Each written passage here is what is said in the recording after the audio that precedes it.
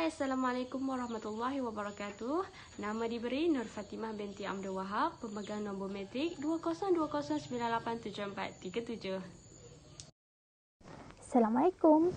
Saya Intan Nur Adisha Hanum binti Muhammad Rosli, pemegang nombor kad metrik 2020375397. Assalamualaikum warahmatullahi wabarakatuh. Nama saya Nur Umarini binti Maknawi, memegang kad pelajar 2020959381. Tajuk pembentangan kumpulan kami pada hari ini ialah aplikasi khiyar dalam transaksi muamalat. Okey.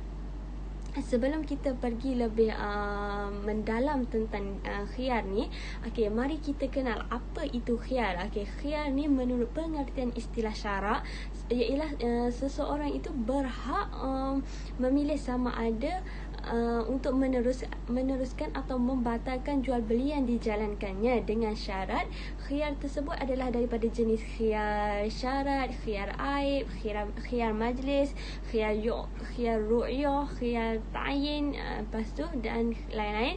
Dari itu khiyar juga membawa pengertian penjual dan pembeli ni dapat memilih antara dua hal, iaitu sama ada ingin meneruskan jual beli atau menarik balik urusan jual beli tersebut. Okey, hukum jual beli dalam Islam adalah harus berdasarkan dalil daripada Rasulullah sallallahu alaihi wasallam, iaitu engkau berhak khiyar dalam tiap-tiap barang yang engkau beli selama 3 hari 3 malam. Okey, hadis ini riwayat daripada Al-Baihaqi dan Ibnu Majah.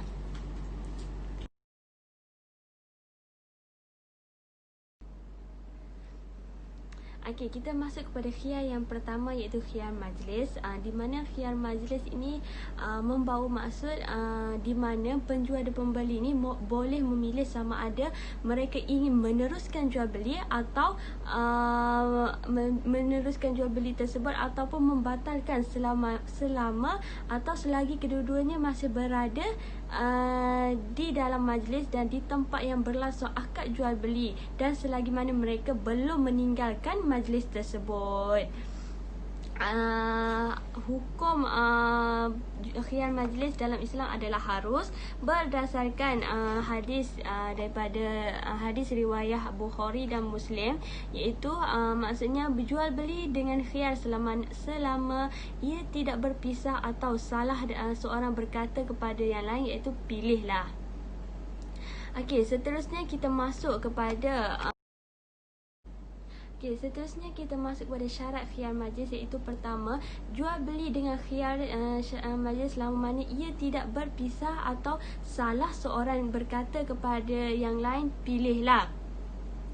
Ini yang membawa maksud berpisah dari tempat akad itu ialah pertama, mengikut adat kebiasaannya. Sekiranya kedua-dua penjual dan pembeli ini dianggap sudah berpisah, maka mereka tidak boleh lagi melakukan transaksi khiyar ini. Kedua, sekiranya tempat ataupun majlis ataupun kedai itu kecil, maka dianggap selesai khiyar tersebut apabila salah satu daripada mereka ni keluar daripada kedai itu. Ketiga, kalau kedai itu ataupun tempat itu besar atau berada di tempat yang lapang seperti jualan di padang ataupun di mall yang besar, maka tidak boleh khiyar lagi setelah salah seorang daripada mereka tu beredar 2 atau 3 langkah daripada tempat itu.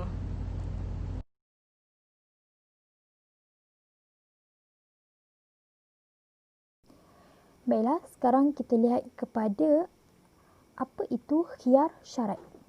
Menurut Syed Sabiq, khiyar syarat adalah suatu khiyar di mana seseorang membeli sesuatu dari pihak lain dengan ketentuan dia boleh melakukan khiyar pada masa atau waktu tertentu.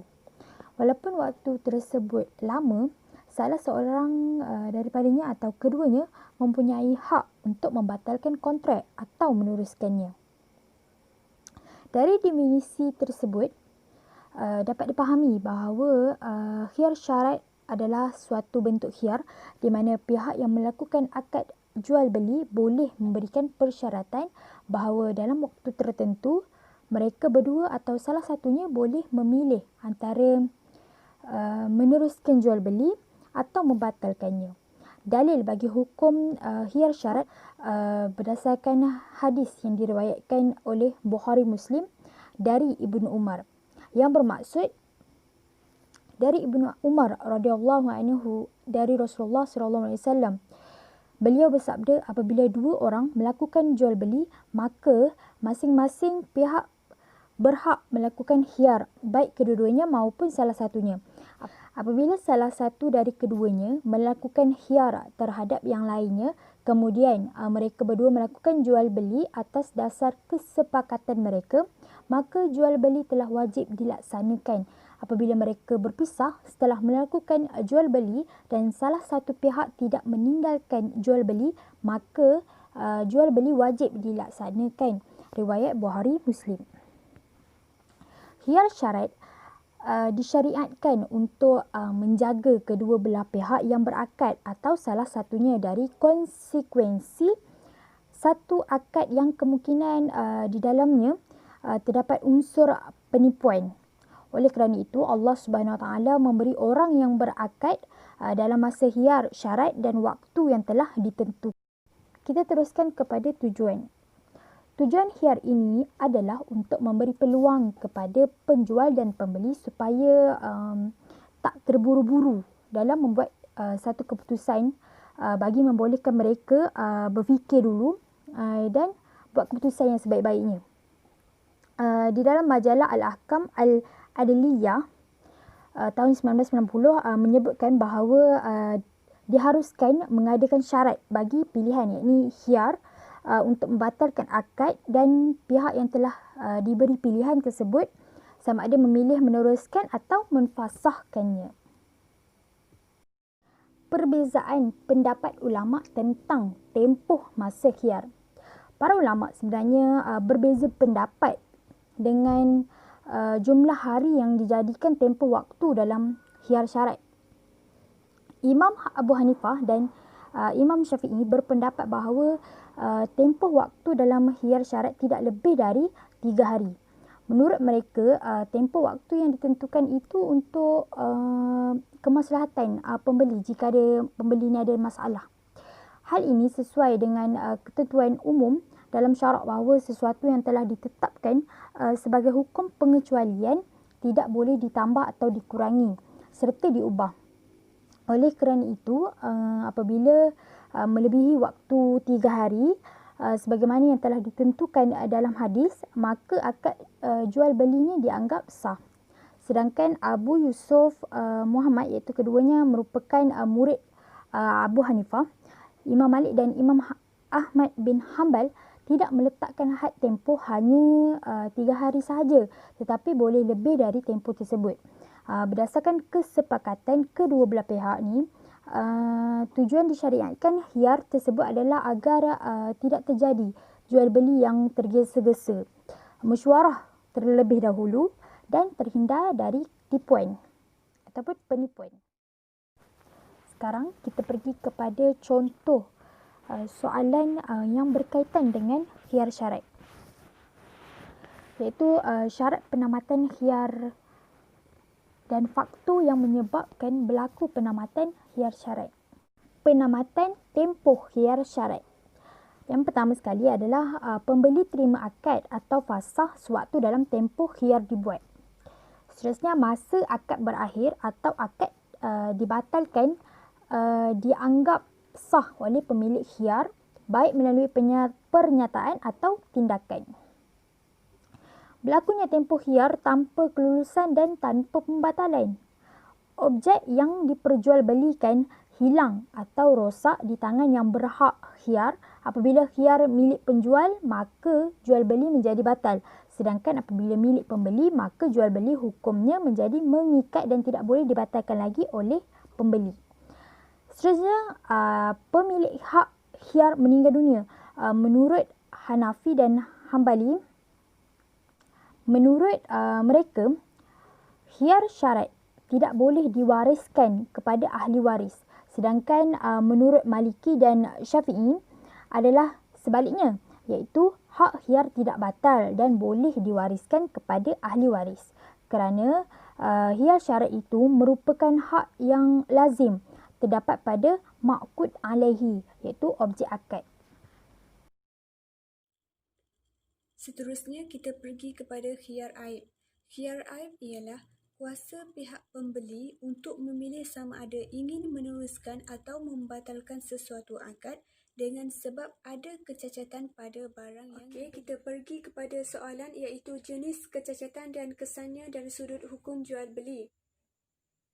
Kecacatan yang pertama ialah pertambahan pada barangan yang cacat, iaitu setelah pembeli menerima barangan yang dijual, kemudian mendapati wujudnya kecacatan sedia ada yang memenuhi syarat-syarat yang ditetapkan, sedangkan barangan tersebut telah bertambah, maka pertambahan ini tidak menggugurkan haknya untuk memulangkan semula barangan tersebut.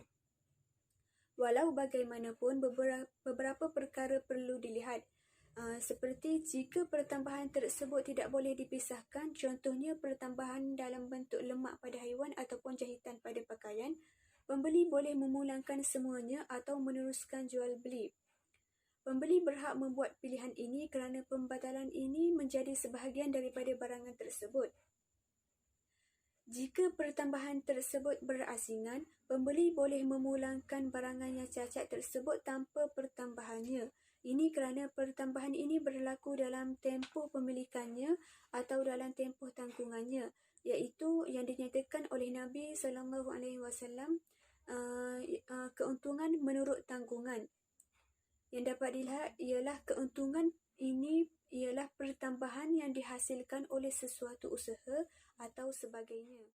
Seterusnya, jenis kecacatan yang lain ialah kecacatan tambahan kepada kecacatan sedia ada, iaitu jika wujud kecacatan baru selain daripada kecacatan sedia ada yang didapati oleh pembeli selepas menerima barangan tersebut, hak pembeli untuk memulangkan semula kepada penjual secara paksa digugurkan. Ini bermakna pembeli tidak berhak memaksa penjual untuk menerima semula barangan tersebut.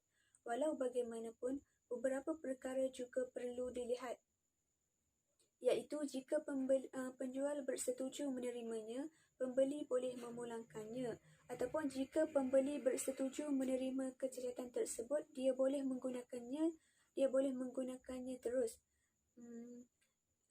Tetapi jika kedua-dua pihak tidak bersetuju, pilihan yang ada ialah sama ada pembeli membayar ganti rugi bagi kecacatan baru dan memulangkannya semula barangan tersebut kepada penjual, ataupun penjual perlu membayar ganti rugi bagi kecacatan yang sedia ada kepada pembeli. Jika kedua-dua pihak bersetuju dengan salah satu daripada penyelesaian ini, mereka boleh menggunakannya. Jenis kecacatan yang terakhir ialah syaratnya tiada cacat cela, iaitu jika penjual meletakkan syarat kepada pembeli ketika kontrak bahawa dia tidak bertanggungjawab terhadap sebarang kecacatan yang ada pada barangan yang dijual, kontrak tersebut sah.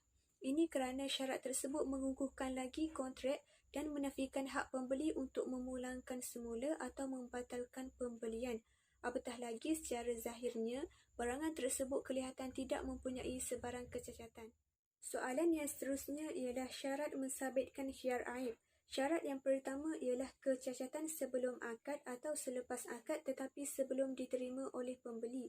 Ini bermakna barangan yang ingin dibeli itu masih berada pada tangan penjual. Syarat yang seterusnya ialah tidak mengetahui kecacatan ketika majlis atau ketika membeli. Manakala syarat lain yang boleh mensabitkan khiyar aib ialah kecacatan itu tidak hilang sebelum dibatalkan jual beli. Dan syarat yang terakhir ialah penjual tidak mensyaratkan lepas tanggungjawab pada kecacatan barang di tempat akad, iaitu terdapat perselisihan pendapat tentang penjual yang melepaskan tanggungjawab terhadap barang yang aib, iaitu menurut Imam Hanafi mengatakan sah jual beli tersebut, manakala menurut jumhur ulama iaitu Syafi'i, Maliki dan Ahmad mengatakan sah dengan syarat seperti Aib itu diketahui oleh pembeli dan penjual tidak mengetahui ada aib pada barangan yang dijual. Soalan yang terakhir ialah cara mensabitkan khiyar aib. Cara yang pertama ialah kecacatan tersebut hendaklah berlaku pada tangan penjual, sama ada berlaku pada masa akad ataupun sebelum akad. Jika terdapat kecacatan pada barangan yang sudah ada pada tangan pembeli, khiyar aib tidak boleh dilakukan melainkan jika kecacatan tersebut berlaku sebelum atau semasa akad tetapi tidak diketahui oleh pembeli. Cara yang kedua ialah jenis barangan yang dibeli itu tidak ada kecacatan. Hal ini kerana ada lazimnya barangan yang dibeli hendaklah selamat.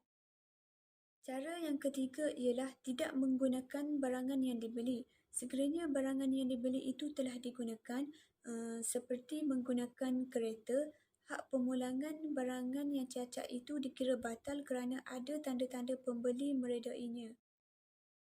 Cara yang terakhir ialah pembeli haruslah memberitahu dengan segera tentang kecacatan yang berlaku pada barangan yang dibeli supaya ingin memilih sama ada ingin mengambil juga barangan tersebut ataupun meninggalkannya dan mendapatkan balik ganti rugi.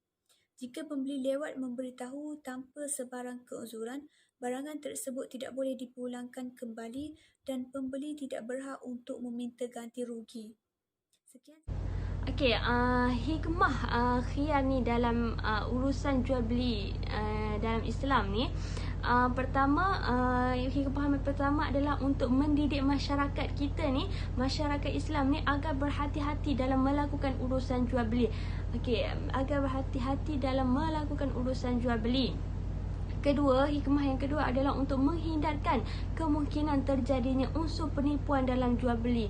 Berlakunya unsur unsur tindas menindas, unsur riba dalam jual beli. Ketiga, mendidik penjual dan pembeli ini agar bersikap jujur dalam menjelaskan kualitas barang dagangannya kepada pembeli, supaya tidak berlakunya penipuan. Dan keempat, iaitu menghindarkan terjadinya penyesalan di kemudian hari bagi penjual dan pembeli. Itu berdasarkan hadis Abu Hurairah radhiyallahu anhu. Nabi pernah bersabda, barang siapa mencabut iaitu jual beli terhadap orang yang menyesal, maka Allah Subhanahu wa taala mencabut kerugiannya. Berdasarkan hadis riwayat Al-Bazar. Jelaslah khiyar ni dalam Islam sangat membantu umat Islam dalam urusan jual beli. Sekian sahaja daripada kumpulan kami. Terima kasih kerana meluangkan masa untuk mendengar dari pembentangan kumpulan kami. Sekian, terima kasih. Assalamualaikum warahmatullahi wabarakatuh.